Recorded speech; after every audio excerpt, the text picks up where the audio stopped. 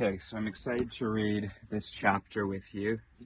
It says something really interesting. He talks about, this is going to be Timothy D. Wilson, and he's going to talk about self-perception theory. But if you follow this channel, you're going to hear at the beginning, I've only read the first 3 paragraphs. You're going to see at the beginning an assumption that he makes about the obvious way that humans function. And then he says, but actually, there's another thing that also accounts for our behavior. But that obvious first thing that accounts for our behavior, I don't think it really does much. Or, I suppose it does a bit. But it's an illusion of ours that it is the sole basis of our behavior. So self-perception is going to be also playing a role in our behavior. But more importantly, if you follow this channel, you know that's going to be interpretive mechanisms, right? So at one point he's going to say, if someone pays $5 for a caramel brulee latte, it's because they like expensive coffee drinks. It's evident that behavior emanates from our inner dispositions. But no, what about marketing? What about if you see a line out the door, your interpretive mechanism, social proof, is going to say, hey, if that's what people are doing, then that's what should be done.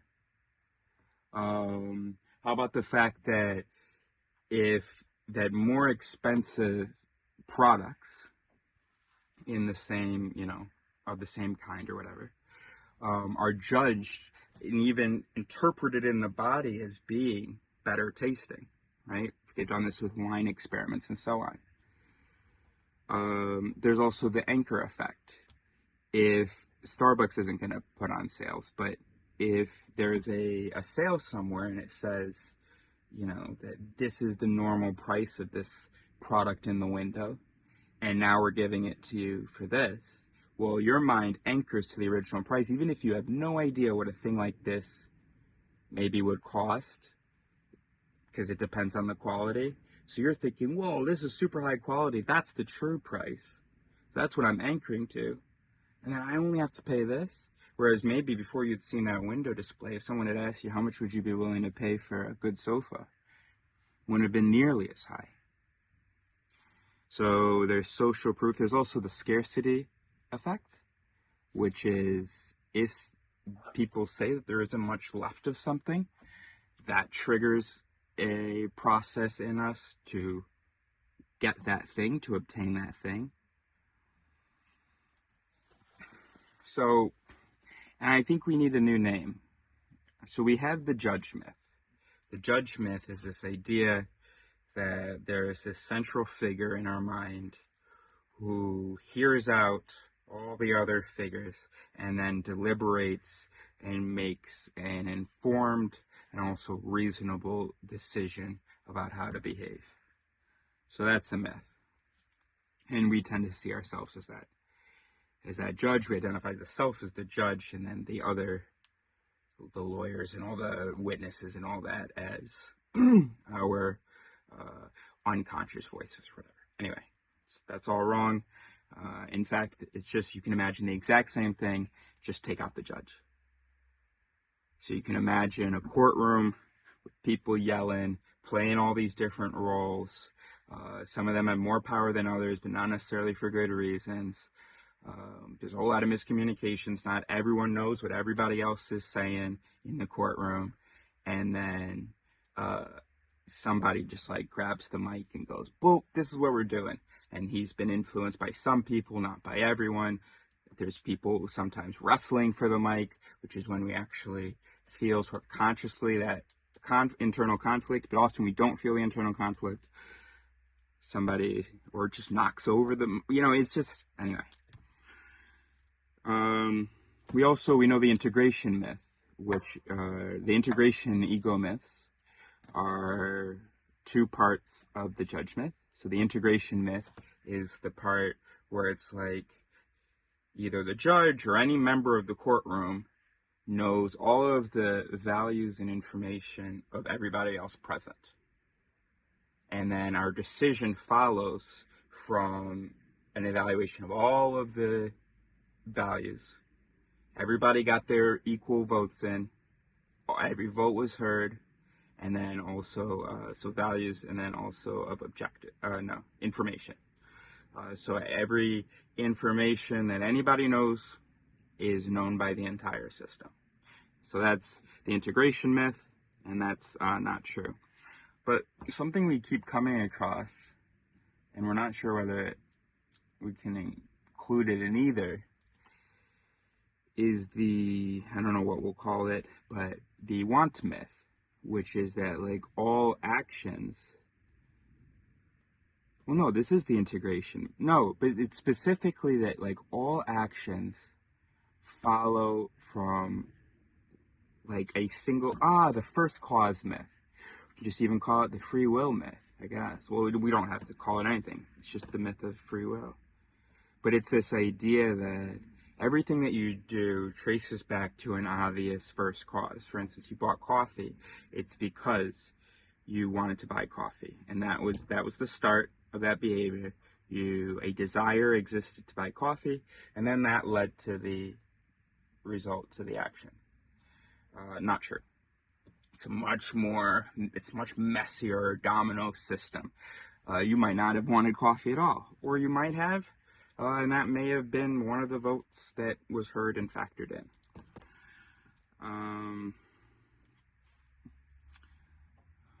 So how about the myth of volition as first cause? That's not nice. The we're going to call it the VFC, the volition first cause. The MVFC, that's what we're going to call it, because I can't think of anything else right now. I would love an acronym that could, some vowels, but I can't think of any, so let's put that on the wall.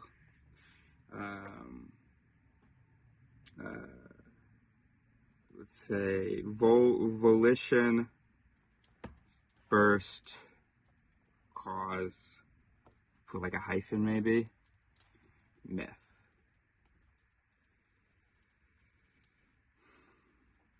Okay, so yeah, just this idea or it doesn't have to be volition, it could be values as well. But could it also be knowledge? Because we often talk about someone did something because they know this. But no. They knew that, but it's ultimately always because they wanted something that was consistent with what ended up happening. So, yeah. And that's a myth. That's just not the root of behavior.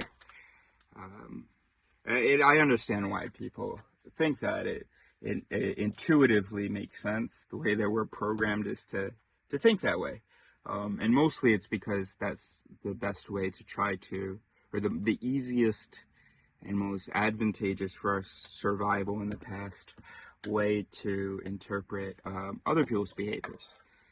So they did this because they wanted to achieve blank, because it's important to know what the people around you want to achieve, especially if it's like a stranger or someone that you don't know particularly intimately, someone who's in family, and that's most of the people that you encounter in the modern world.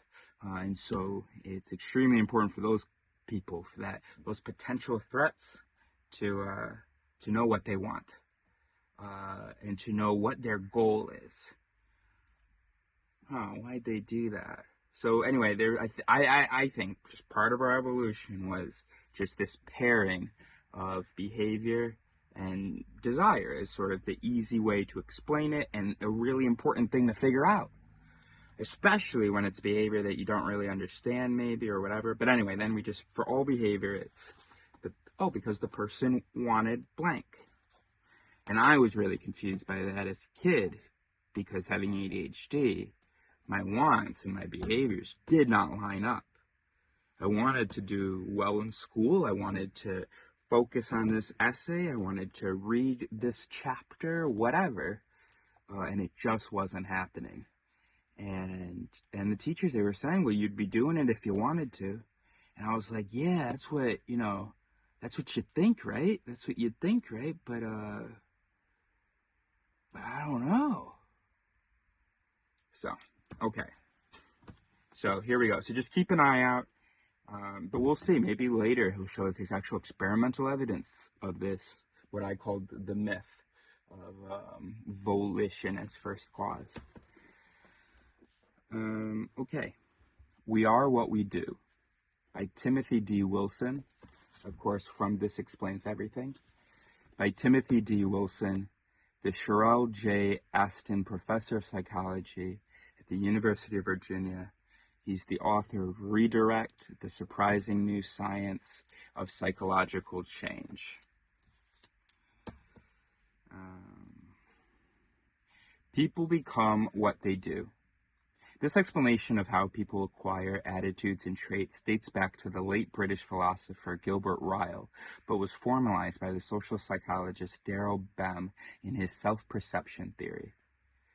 People draw inferences about who they are, Bem suggests, by observing their own behavior.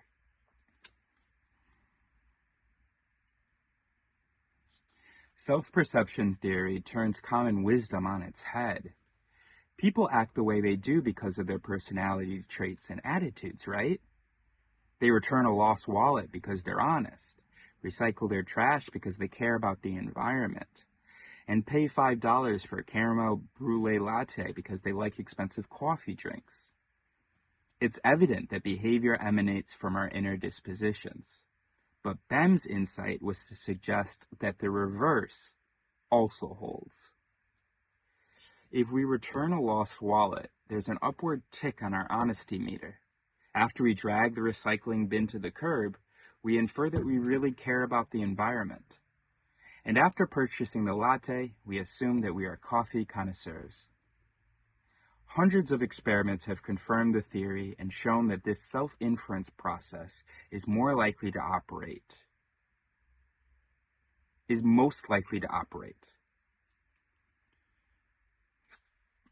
Parenthetical. For example, when people believe they freely choose to behave as they did, and when they weren't sure at the outset how they felt. Self-perception theory is elegant in its simplicity, but it is also deep, with important implications for the nature of the human mind. Two other powerful ideas follow from it. The first is that we are strangers to ourselves. After all, if we knew our own minds, why would we need to guess what our preferences are from our behavior?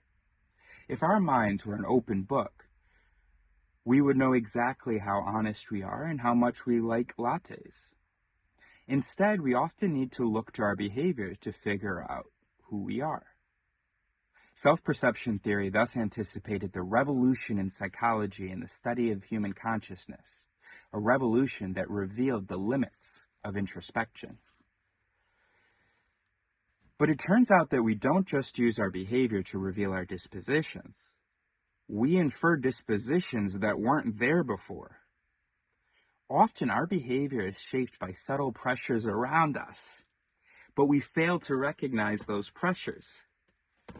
Thus, we mistakenly believe that our behavior emanated from some inner disposition. Perhaps we aren't particularly trustworthy and instead return the wallet in order to impress the people around us. But failing to realize that, we infer that we're squeaky clean honest. Maybe we recycle because the city has made it easy to do so by giving us a bin and picking up every Tuesday. And our spouse and neighbors would disapprove if we didn't. Instead of recognizing those reasons, though, we assume that we should be nominated for the Green Neighbor of the Month award. Countless studies have shown that people are highly susceptible to social influence, but rarely recognize the full extent of that susceptibility, thereby misattributing their compliance to their true desires. Like all good psychological explanations, self-perception theory has practical uses. It is implicit in several versions of psychotherapy, in which clients are encouraged to change their behavior first, on the assumption that changes in their inner dispositions will follow. It has been used to prevent teenage pregnancies by getting teens to do community service. The volunteer work triggers a change in their self-image, making them feel more a part of their community and less inclined to engage in risky behaviors. In short, we should all heed Kurt Vonnegut's advice. We are what we pretend to be, so we must be careful about what we pretend to be. Bro, you really had me, because there are other authors that have really sort of not understood some of the stuff that we talk about on this channel. Of course, this was 10 years ago, so we're not being mean about it. But he really got me because I mean, literally, he said, it's evident that behavior emanates from our inner dispositions, but Bem's insight was to suggest that the reverse also holds. Because see, when I read that sentence, all right, first of all, when he said this explanation of how people acquire attitudes and traits, first of all, he made the statement, people become what they do. Then he talked about this explanation of how people acquire attitudes and traits. And I'm like, how do they acquire attitudes and traits? Man, most attitudes and traits are there by like 4 years old, bro. So you haven't been doing a whole lot of anything. Anyway, so that threw me off. And then he said, and then I thought, yeah, okay, hell yeah. Turning common wisdom on its head, hell yeah. And then he goes, people act the way they do because of their personality traits and attitudes, right? And I'm like, yeah, set these suckers up. Talk about all this bullshit that they believe and then tell them it's wrong. But then there's like a period, and he doesn't say, no, that's false. He said it's evident that that's the case. And he says that the opposite also holds. But then it talked about the self-inference process. In this third paragraph, hundreds of experiments have confirmed the theory and shown when this self-inference process is most likely to operate. I must have misread that. All right, let me read that again. I'll edit it in. Hundreds of experiments have confirmed the theory and shown when this self-inference process is most likely to operate. For example, when people believe they freely chose to behave as they did, and when they weren't sure at the outset how they felt. Anyway, so I thought, all right, well, he's going to say some great stuff, because the self-inference process, I don't often think about it, but I've read about it, and I approve. And so I thought he was just going to move on from his whole assumption about volition and desires. So I want to talk to you guys about it first, get those thoughts out of my head so that I could then read the rest. And wow, absolutely thrilled. That was so much fun. Started to get concerned that you would actually think that thereby, when he said, countless studies have shown that people are highly susceptible to social influence, but barely recognize the full extent of that susceptibility, thereby misattributing their compliance to their true desires. At that moment, I was thinking, oh shit, I hope the word volition isn't in here, because they might be thinking that I had read ahead and then went, gosh, but hey, what are you gonna do, right? What are you gonna do? Let's just, you know what? Rather than talking about those people who like presume or, are all blah, blah, blah, I'm going to trust you to trust me. And, maybe I'll work on trusting you a little bit more. Not talking so much shit about, about all your illusions about what you are. I don't know, maybe. But yeah, we're just going to pretend like those negative folk don't exist. So anyway, that was really fun. That's it. That's cool. I mean, he said it I don't know that he said it better than I did, but awesome. Okay, well, I'm going to go back to reading.